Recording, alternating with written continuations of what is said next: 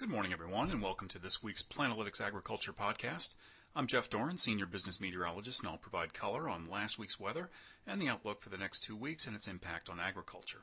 Well, last week across the U.S., it was the coolest final week of July since 2004 and the wettest in over 11 years, with very strong regional differences. The Northern Plains had its coolest last week of July in 5 years. And on the flip side, the West Coast had its warmest final week of July in over 11 years, driven by the broiling Pacific Northwest. And that record-breaking heat in the Pacific Northwest was really the primary story of the week. Even coastal cities, which normally don't experience that intense heat, were affected. We had all-time high-temperature records in Seattle with 103, Portland with 106, Vancouver 106, and Bellingham, Washington 97. And those interior growing areas also felt the blistering temperatures. We had daily highs in the low 100s every day, which stressed apple and pear orchards.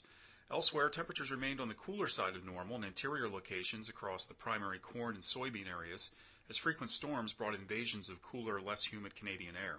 These fronts, combined with tropical moisture from the Gulf of Mexico, provided a very wet week in the entire eastern third of North America.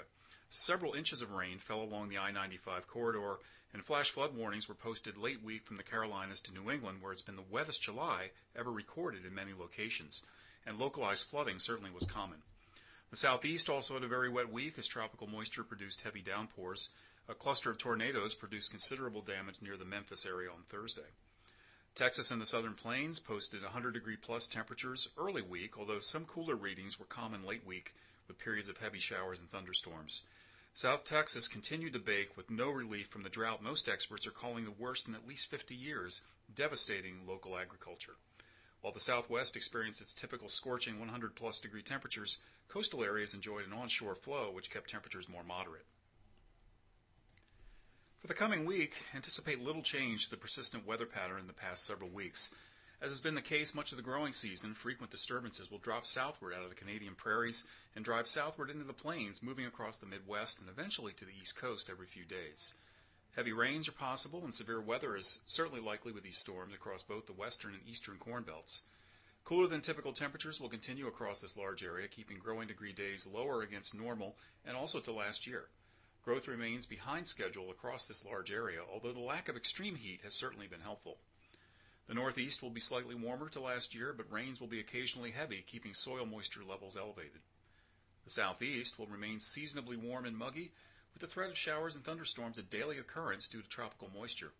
Hail and high winds are possible with these storms. Meanwhile, the considerable heat is expected to build back into Texas and Oklahoma and across the Intermountain West, where daily temperature readings could exceed 100 degrees. Late week, the heat will surge eastward into the Central Plains and lower Midwest, driving heat index readings up to 105 degrees or higher.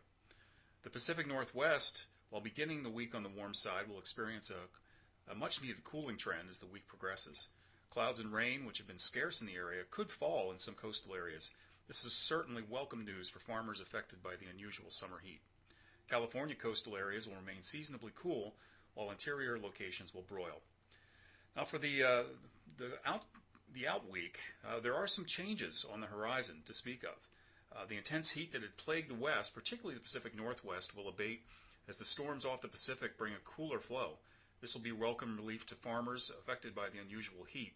But as a result of that, the intense heat is expected to move further east across interior areas, with many locations expected to reach 100 degrees plus. Even areas that have seen a persistently cooler regime this season will begin to feel the heat. Strong heat index readings up to 105 degrees are expected in the nation's interior, which will overspread nearly all of the primary agricultural regions across the plains and Midwest. The probability of heat stress on crops and animals will begin to increase. While temperatures will warm in the east, periods of wet weather will continue up and down the eastern seaboard, with the northward surge of tropical moisture keeping soil moisture levels high. The southeast should also remain quite wet.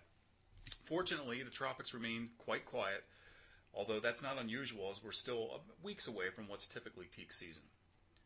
That will wrap up this week's report. If you have questions, please feel free to contact me at 610-407-2914 or your Planalytics representative.